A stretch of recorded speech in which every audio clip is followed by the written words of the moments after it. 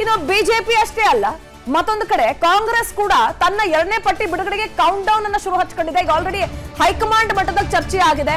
ಯಾವ್ಯಾವ ಕ್ಷೇತ್ರಗಳಲ್ಲಿ ಯಾರ್ಯಾರನ್ನ ಕಣಕ್ಕಿಳಿಸಬೇಕು, ಕಣಕ್ಕಿಳಿಸಿದ್ರೆ ಅಂದ್ರೆ ಬಿಜೆಪಿ ಅಭ್ಯರ್ಥಿಗಳೇನಿದ್ದಾರಲ್ಲ ಅವ್ರಿಗೆ ಪ್ರತಿಸ್ಪರ್ಧಿಯಾಗಿ ಯಾರು ಸಮರ್ಥರು ಅನ್ನೋದನ್ನ ಅಳದು ತೂಗಿ ಲೆಕ್ಕ ಹಾಕ್ತಿದ್ದಾರೆ. 21 ಕ್ಷೇತ್ರಗಳಿಗೆ ಅಭ್ಯರ್ಥಿ ಘೋಷಣೆಗೆ ಕಾಂಗ್ರೆಸ್ ಕೂಡ ಸರ್ಕಸ್ ನಡೆಸ್ತಾ ಇದೆ. ನಾಳೆ ಕಾಂಗ್ರೆಸ್ನ 13 ಕ್ಷೇತ್ರಗಳ ಪಟ್ಟಿ ಬಿಡುಗಡೆ ಮಾಡೋ ಸಾಧ್ಯತೆ ಇದೆ. ಕಂಪ್ಲೀಟ್ ಆಗಿ ಎಲ್ಲವನ್ನ ಬಿಡುಗಡೆ ಮಾಡ್ತಿಲ್ಲ ಅವರು. ಸಿಂಗಲ್ ನೇಮ್ ಇರೋ ಕ್ಷೇತ್ರಗಳ ಪಟ್ಟಿಯನ್ನ ಬಿಡುಗಡೆ ಮಾಡೋದಕ್ಕೆ ನಿರೀಕ್ಷೆ ಇಟ್ಕೊಂಡಿದ್ದಾರೆ.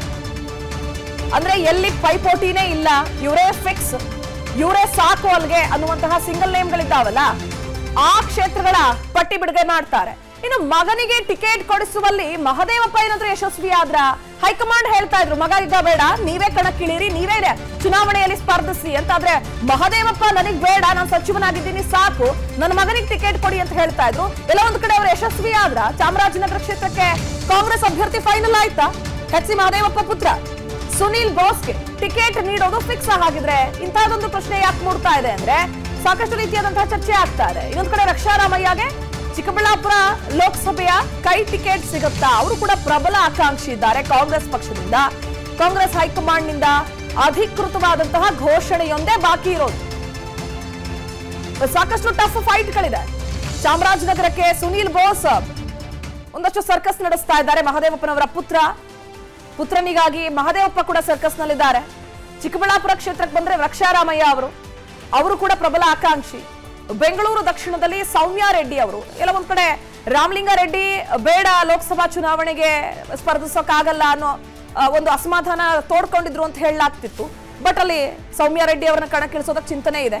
ಇನ್ನು ಬೆಂಗಳೂರು ಕೇಂದ್ರದಿಂದ ಹ್ಯಾರಿಸ್ ಅವರನ್ನ ಕಣಕ್ಕಿಳಿಸಬೇಕು ಅಂತ, ಉತ್ತರದಿಂದ ಪ್ರೊಫೆಸರ್ ರಾಜೀವ್ ಗೌಡ ಅವರನ್ನ, ಉಡುಪಿ ಚಿಕ್ಕಮಗಳೂರಿನಿಂದ ಜಯಪ್ರಕಾಶ್ ಹೆಗಡೆ, ಚಿತ್ರದುರ್ಗದಿಂದ ಚಂದ್ರಪ್ಪ, ದಕ್ಷಿಣ ಕನ್ನಡದಿಂದ ವಿನಯ್ ಕುಮಾರ್ ಸೊರಕೆ, ರಾಯಚೂರಿನಲ್ಲಿ ಕುಮಾರ್ ನಾಯಕ, ಕೊಪ್ಪಳದಲ್ಲಿ ರಾಘವೇಂದ್ರ ಹಿಟ್ನಾಳ್, ಬೀದರ್ ರಾಜಶೇಖರ್ ಪಾಟೀಲ್, ಬಳ್ಳಾರಿಯಲ್ಲಿ ನಾಗೇಂದ್ರ ಮತ್ತು ವೆಂಕಟೇಶ್ ಪ್ರಸಾದ್, ಹಾಗೆ ಉಗ್ರಪ್ಪ ಕೂಡ ಅಲ್ಲಿದ್ದಾರೆ. ಇನ್ನು ದಾವಣಗೆರೆಯಲ್ಲಿ ಪ್ರಭಾ ಮಲ್ಲಿಕಾರ್ಜುನ. ಸಿಂಗಲ್ ನೇಮ್ ಇರುವಂತಹ ಕ್ಷೇತ್ರಗಳ ಪಟ್ಟಿ ಬಿಡುಗಡೆ ಮಾಡೋದಕ್ಕೆ ಹೈಕಮಾಂಡ್ ಸಜ್ಜಾಗಿದೆ ಅನ್ನೋ ಮಾಹಿತಿ ಇದೆ. ಮತ್ತೊಂದು ಕಡೆ ನಾವು ಉದಾಹರಣೆಗೆ ಮೈಸೂರು ಕೊಡಗು ಲೋಕಸಭಾ ಕ್ಷೇತ್ರಗಳಿಗೆ ಅಭ್ಯರ್ಥಿಗಳೇ ಇಲ್ಲ. ಯಾರನ್ನ ಕಣಕ್ಕಿಳಿಸಬೇಕು ಅನ್ನೋದೇ ಗೊಂದಲ ಆಗೋಗಿದೆ. ಇದೆಲ್ಲದರ ಕುರಿತಂತೆ ಹೆಚ್ಚಿನ ಡೀಟೇಲ್ಸ್ ನೀಡೋದಕ್ಕೆ ನಮ್ಮ political bureau head Maruti Pavagada ದೂರವಾಣಿ ಸಂಪರ್ಕದಿದ್ದಾರೆ. ಮಾರುತಿ, ಒಂದ್ ಕಡೆ ಬಿಜೆಪಿ ತನ್ನ ಅಭ್ಯರ್ಥಿಗಳ ಪಟ್ಟಿ ರಿಲೀಸ್ ಮಾಡಿದೆ, ಉಳಿಸ್ಕೊಂಡಿದೆ ಒಂದು 5 ಕ್ಷೇತ್ರಗಳಿಗೆ, ಅದನ್ನ ನಾಳೆ ರಿಲೀಸ್ ಮಾಡೋದು ಸಾಧ್ಯತೆ ಇದೆ. ಇಲ್ಲಿ ಕಾಂಗ್ರೆಸ್ ನಲ್ಲಿ ಹಾಗಾಗ್ತಾ ಇಲ್ಲ. ತಾಮುಂದು ಅಂತ ಬಿಜೆಪಿ ಅಭ್ಯರ್ಥಿ ಇದ್ದಾರೆ, ಆದ್ರೆ ಕಾಂಗ್ರೆಸ್ ನಲ್ಲಿ ಅಭ್ಯರ್ಥಿಯನ್ನ ಯಾರನ್ನ ಹಾಕಬೇಕು ಅನ್ನೋ ಗೊಂದಲದಲ್ಲೇ ಇದ್ದಾರೆ. ಸೊ ಏನಾಗಬಹುದು? ಸಿಂಗಲ್ ನೇಮ್ ಪಟ್ಟಿಗಳ ಬಿಡುಗಡೆ ಏನಾದ್ರೂ ಆಗುತ್ತಾ? ಯಾವ ರೀತಿಯಾದಂತಹ ನಿರೀಕ್ಷೆ ಇದೆ ಸದ್ಯಕ್ಕೆ ಬೆಳವಣಿಗೆಗಳ ಪ್ರಕಾರ? ಪ್ರತಿಭಾ, ಚುನಾವಣಾ ದಿನಾಂಕ ಘೋಷಣೆ ಆಗಿರುವಂತಹ ಒಂದು ಹಿನ್ನೆಲೆಯಲ್ಲಿ ನಿನ್ನೆಯಷ್ಟೇ ಚುನಾವಣಾ ಆಯೋಗ 2 ಹಂತದ ರಾಜ್ಯದಲ್ಲಿ ಚುನಾವಣೆ ಮಾಡೋದಕ್ಕೆ ನಿರ್ಧಾರ ಮಾಡಿದೆ. ಹೀಗಾಗಿ ಎಚ್ಚೆತ್ತುಕೊಂಡಿರುವಂತಹ ಕಾಂಗ್ರೆಸ್ನ ನಾಯಕರು ಕೂಡ ನಾಳೆ ಬಹುತೇಕ 2ನೇ ಪಟ್ಟಿಯನ್ನ ಬಿಡುಗಡೆ ಮಾಡುವಂತ ಒಂದು ಸಾಧ್ಯತೆ ಇದೆ. ಬಿಜೆಪಿಗಿಂತಲೂ ಮೊದಲ ಪಟ್ಟಿಯನ್ನ ಮೊದಲೇ ಬಿಡುಗಡೆ ಮಾಡಿದ್ರು ಕೂಡ 2ನೇ ಪಟ್ಟಿ ಬಿಡುಗಡೆ ಮಾಡುವಂತ ಒಂದು ವಿಚಾರದಲ್ಲಿ ಬಹಳಷ್ಟು ಕ್ಷೇತ್ರಗಳಲ್ಲಿ ಅಭ್ಯರ್ಥಿಗಳಿದ್ದಾರೆ, ಆದ್ರೆ ಪ್ರಬಲ ಅಭ್ಯರ್ಥಿಗಳ ಕೊರತೆ ಕಾಂಗ್ರೆಸ್ಗೆ ಕಾಡ್ತಾ ಇರುವಂತದ್ದು. ಇದು ನಿನ್ನೆ ಮೊನ್ನೆ ಸಮಸ್ಯೆನೂ ಕೂಡ ಅಲ್ಲ. ಕಳೆದ 3-4 ತಿಂಗಳಿಂದಲೂ ಕೂಡ ಇದು ಚರ್ಚೆ ಆಗ್ತಲೇ ಇತ್ತು.